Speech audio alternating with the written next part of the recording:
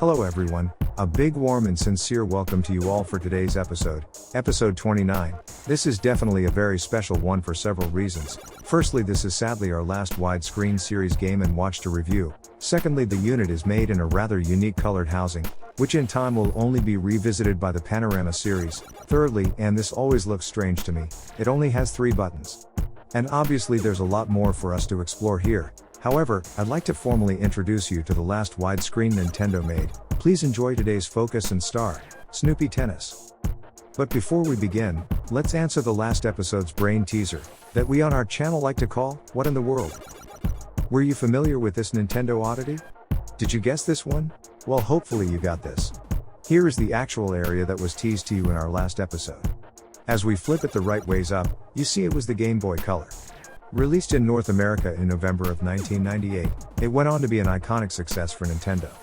The model shown here is presented in atomic purple. Right, let's get back to today's focus, the Game & Watch, widescreen, Snoopy Tennis. First offered for sale on April 28 back in 1982.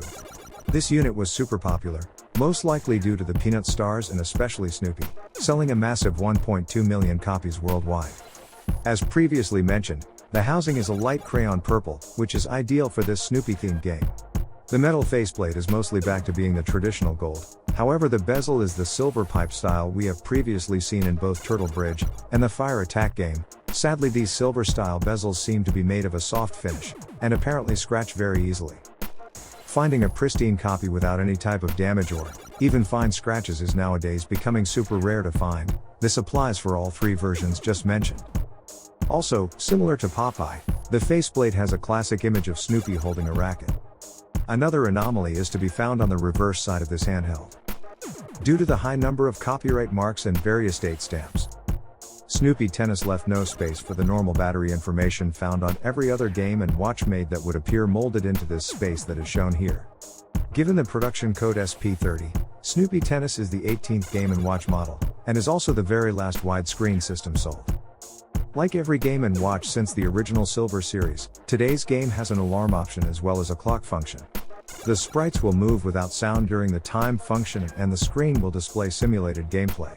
To confirm the alarm is set, Woodstock will appear perched in the nest in the upper right corner of the screen. A separate sprite appears when the alarm is actually activated. At that time Woodstock jumps out of the nest. So on to Game Mode A. Here we find Charlie Brown playing tennis with Snoopy. Apparently Charlie Brown can't serve to save his life, because poor old Snoopy must climb a tree to receive and return Charlie Brown's serve. If Snoopy unfortunately misses the ball, then the word crash appears, with an exclamation mark. And a single life is lost. After a miss, Snoopy will retire back to his kennel and take a short nap to recover. Charlie Brown reacts by shrugging his shoulders in mock surprise. Before they both retake up their original positions and start round 2. To add a bit of additional challenge, the game introduces the character Lucy at random moments, where she'll join in the game, standing just above Charlie Brown. She'll also unexpectedly intercept Snoopy's return ball and then return it back towards him. Every time Snoopy returns Charlie Brown's ball he scores 2 points. However, when he returns Lucy's ball he gets 3 points. This is because her return ball is 2 times faster than Charlie Brown's original serve. Focusing for a second or two on the unique setup for the game's control button configuration, the use of a 3-button console is actually intriguing. As you can see on the right we have an up and down option on the 2 control buttons, while on the left we have a single hit control button. These are used to control Snoopy's vertical movements, and obviously the hit button needs to be timed just right to return the opponent's ball when in position. As you can see here on the screen, several balls can be in play simultaneously. With a second life lost, the game resumes with a single life remaining. This is where the pressure mounts. With everyone back in position, Charlie Brown restarts the match with a volley of serves. Lucy arrives at the same time and begins to add pressure upon Snoopy to move and return all the balls. And, with the score in the early 20s, we see that the competition is hotting up, with 3 balls in play at the same time, just before the inevitable miss occurs and all 3 lives are subsequently lost. Sadly, that means the game is now over. Looking towards Game Mode B, we see that everything is identical to Game Mode A. The only minor difference is that the ball speed will increase, also the quantity of balls in play will rise. Both options have several bonus features. The first is attained by reaching either 2 or 500 points. When this occurs, a fanfare will sound and any lost lives will be restored. If the player has no lost lives to restore, the game will enter into what's called chance time. Chance time is a bonus timed event for 50 to 70 seconds where the scoring is ramped up. As an example, for returning Charlie Brown's ball, you no longer get just 2 points, but now it's worth 5 points, and Lucy's score goes up from 5 to 6 points for every successfully returned ball. Another bonus feature occurs when every 100-point milestone is achieved. At that moment, the gameplay slows temporarily and affords a player a short rest period. Maximum score for this game is 9,999 points. Should a player successfully pass that score, the game will continue, albeit from the 0 score point. Snoopy is roughly based upon the breed of dog known as a beagle. He appeared in the comic strip called Peanuts by Charles M. Schulz. He can also be found in all of the Peanuts movies and television specials. Since his debut on October 4, 1950, Snoopy has become one of the most recognizable and iconic characters in the comic strip and is considered more famous than others such as Charlie Brown. The original drawings of Snoopy were inspired by Spike, one of Schultz's childhood dogs. Nintendo will go on to make a further 2 additional Game & Watches with Snoopy as the main character. However, he will return numerous times in many games for a wide variety of consoles and handhelds such as the Game Boy range, DS and 3DS, the NES, and many other consoles right up to the Wii U game system, which clearly underscores Snoopy's ongoing popularity over many decades in mediums. The lost life icon for this game is a broken bottle. You can see 2 of them here in our game, slightly to the right of center at the top of our screen. Although Snoopy is often credited as being the most popular of the cartoon's characters, that's not how it was supposed to be. Originally, at the center of this imaginary world was Charlie Brown, a new kind of epic hero, a loser who would lie in the dark recalling his defeats, charting his worries, planning his comebacks. One of his best known lines was, "My anxieties have anxieties." Although in reality he was the glue holding together the Peanuts crew.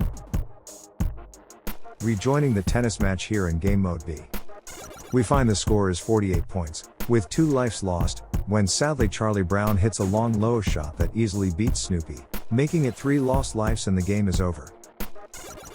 With the cautions and screen maintenance being the same as previous models, the instructions booklet finishes up with the model's basic specifications. This wraps up the instructions booklet. As perhaps an aside or even a tangent to today's episode, I thought I'd briefly cover the topic of model variants. Different countries, with their different cultures and languages, often repackaged Nintendo's Game & Watches in their own boxes, with their own instructions printed in the local language. Some of these regional distributors even added their own logos. Here we see Great Britain's distributor, called CGL, or Computer Games Limited, who branded their box art with their logo, and due to the busy faceplate not having any space for the logo to be displayed on the front, the company has decided to tuck in a CGL sticker behind the stand support at the rear of the unit. Once again, we find that Nintendo of America has outdone themselves with their amazing box art graphics on their pocket-sized version of today's game. Simply beautiful. For the German-speaking market, we find the brand name of Trickotronic producing very distinct and very upmarket boxes that simply scream quality. And in the French-speaking markets, we find a bright and appealing box art that was produced by the distributor called JI21. And in Australia, the company called Futuretronics followed a similar path to that of the UK, by branding the box art, and also by using a discrete branding sticker under the wire stand. I've never spoken about these carded variants before. They are the result of old stock being packaged in a cheaper fashion to sell off old stock that is lingering in various warehouses after the normal competitive lifespan of the unit passes. Today, collectors will often specialize in seeking out these bargain basement versions as they become rarities. Cameos are non-existent for this game, and like any other licensed game used by Nintendo, such as Popeye and Mickey Mouse, these games don't appear as cameos in the various Game Boy galleries due to copyright issues and licensing concerns. However, they did license a remake with the keyring-sized mini classic with the 2 blister packs shown here. For a bit of fun, I thought I'd include a period catalog sales sheet advertising several Game & Watches, including today's star, Snoopy Tennis. Seen here with UK's pricing, and our game is listed at number 9, just in front of Snoopy's nose. It's England, so the price is £14.95, or pence. For the United States, that'll work out to roughly $20.75. Now, let's be honest, who of you out there would not fancy a quick trip in a DeLorean sports car kitted out with a flux capacitor?